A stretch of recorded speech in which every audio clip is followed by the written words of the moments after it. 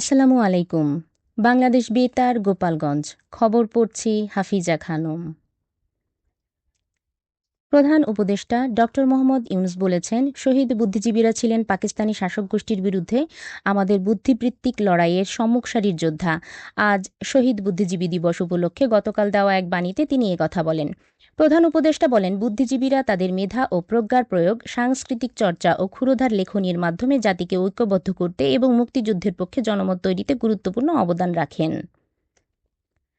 তিনি বলেন, শহীদ বুদ্ধিজীবী দিবস বাংলাদেশের ইতিহাসে এক দুঃখজনক ও কলঙ্কময় দিন। মহান মুক্তিযুদ্ধের শেষের দিনগুলোতে পরাজয় নিশ্চিত জেনে পাকিস্তানি হানাদার বাহিনী ও তাদের দোসররা বাংলাদেশকে মেধাশূন্য করতে দেশের বুদ্ধিজীবীদের নির্মমভাবে হত্যা করে।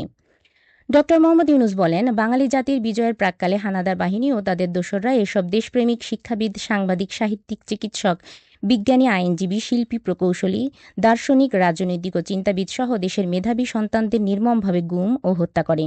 তিনি বলেন, আমাদের শহীদ বুদ্ধিজীবীরা স্বপ্ন দেখিয়েছিলেন একটি গণতান্ত্রিক, উন্নত ও সমৃদ্ধ বাংলাদেশ গড়ার। জুলাই গণ অভ্যুত্থানের মাধ্যমে গঠিত বর্তমান অন্তর্বর্তীকালীন সরকারের সমগ্র জাতিকে সাথে নিয়ে তেমনই একটি বৈষম্যহীন, ন্যায়ভিত্তিক নতুন বাংলাদেশ গড়ার কাজ শুরু করেছে। এর মাধ্যমে আমাদের শহীদ বুদ্ধিজীবীদের আমৃত্যু লালিত স্বপ্নের সফল বাস্তবায়ন সম্ভব হবে। প্রাথমিক ও গণশিক্ষা উপদেষ্টা অধ্যাপক ডাক্তার বিধান রঞ্জন রায় পোদ্দার বলেছেন, আগামী ১ জানুয়ারি বছরের প্রথম দিনেই দেশের সব শিক্ষার্থীর হাতে নতুন পাঠ্যবই তুলে দেওয়া হবে। গতকাল ময়মনসিংহের জাতীয় প্রাথমিক শিক্ষা একাডেমি কার্যালয়ের এক বুনিয়াদী প্রশিক্ষণ কোর্সের সনদ বিতরণ ও সমাপনী অনুষ্ঠান শেষে সাংবাদিকদের তিনি একথা বলেন। নির্বাচনকালীন পরিস্থিতির কথা উল্লেখ করে প্রাথমিক ও গণশিক্ষা উপদেষ্টা বলেন, প্রাথমিক বিদ্যালয়গুলো ভোটকেন্দ্র হিসেবে ব্যবহৃত হওয়ায় বই সংরক্ষণ ও বিতরণ নির্বিঘ্ন রাখতে নিরাপত্তা জোরদারে প্রয়োজনীয় প্রস্তুতি নেওয়া হয়েছে, যাতে কোনো অনাকাঙ্ক্ষিত ঘটনা ছাড়াই শিক্ষার্থীরা বই পায়। তিনি বলেন, দেশের প্রথমবারের মতো শিক্ষকতা পেশায় আসার আগেই প্রাসঙ্গিক প্রশিক্ষণ কোর্স চালু করা হয়েছে। যারা শিক্ষক হতে চান এবং শিক্ষাকে পেশা হিসেবে বেছে নিতে আগ্রহী, তাদের জন্য ডিপ্লোমা ইন প্রাইমারি এডুকেশন কোর্সটি বাধ্যতামূলক করার উদ্যোগ নেওয়া হয়েছে। আসন্ন ত্রয়োদশ জাতীয় সংসদ নির্বাচন উপলক্ষে মাদারীপুরে নির্বাচন সংশ্লিষ্ট বিষয়বস্তুর উপর চলচ্চিত্র প্রদর্শনী কার্যক্রম বাস্তবায়ন করেছে জেলা তথ্য অফিস।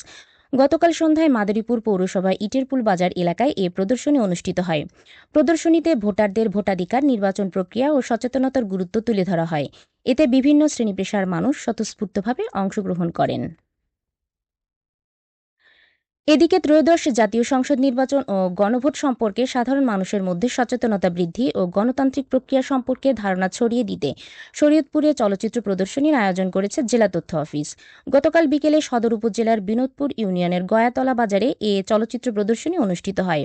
চলচ্চিত্র প্রদর্শনীর মাধ্যমে ভোটাধিকার প্রয়োগের গুরুত্ব, অবাধ ও সুষ্ঠু নির্বাচন, গণভোটের তাৎপর্য এবং নাগরিকের দায়িত্ব সম্পর্কে তথ্যভিত্তিক বার্তা তুলে ধরা হয়। এতে নির্বাচন ও গণভোট সংক্রান্ত সরকারি তথ্যচিত্র, সচেতনতামূলক স্বল্পদৈর্ঘ্য চলচ্চিত্র এবং নাগরিক অংশগ্রহণে উৎসাহমূলক ভিডিও প্রদর্শন করা হয়।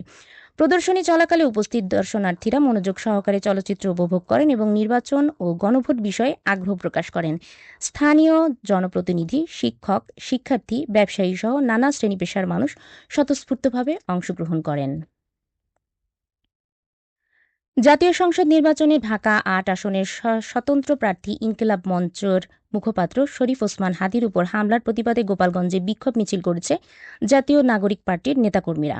গতকাল সন্ধ্যায় শহরের লঞ্চঘাট এলাকায় গোলচত্বর থেকে একটি বিক্ষোভ মিছিল বের হয়ে বিভিন্ন সড়ক প্রদক্ষিণ করে একই স্থানে শেষ হয়। বিক্ষোভ মিছিল থেকে ওসমান হাদির উপর হামলাকারীদের দ্রুত গ্রেপ্তার করে শাস্তির দাবি জানানো হয়। গোপালগঞ্জ জেলা কমিটির যুগ্ম সমন্বয়ক বাঁধন শেখ, রুবেল মোল্লা, শেখ আতাউর রহমান, সৌরভ ইসলাম, যুব শক্তির জেলা কমিটির আহ্বায়ক দিন ইসলাম, যুগ্ম আহ্বায়ক বাঁধন শিকদার, ছাত্র শক্তির মুখ্য সংগঠক লিমন মোল্লা এ সময় উপস্থিত ছিলেন। শরীয়তপুর সদর উপজেলার বড় সন্দ্বীপ এলাকায় বিদ্যুৎস্পৃষ্ট হয়ে এক কিশোরের মৃত্যু হয়েছে। পুলিশ জানায়, গতকাল সকালে নিজ বাড়িতে বৈদ্যুতিক সংযোগ সংক্রান্ত কাজের সময় হঠাৎ বিদ্যুৎস্পৃষ্ট হয়ে গুরুতর আহত হয় কিশোরটি। পরে পরিবারের সদস্যরা তাৎক্ষণিকভাবে তাকে উদ্ধার করে নিকটস্থ হাসপাতালে নিয়ে গেলে কর্তব্যরত চিকিৎসক মৃত ঘোষণা করেন। এ বিষয়ে আইনগত প্রক্রিয়া চলমান রয়েছে। সবশেষে আবহাওয়া।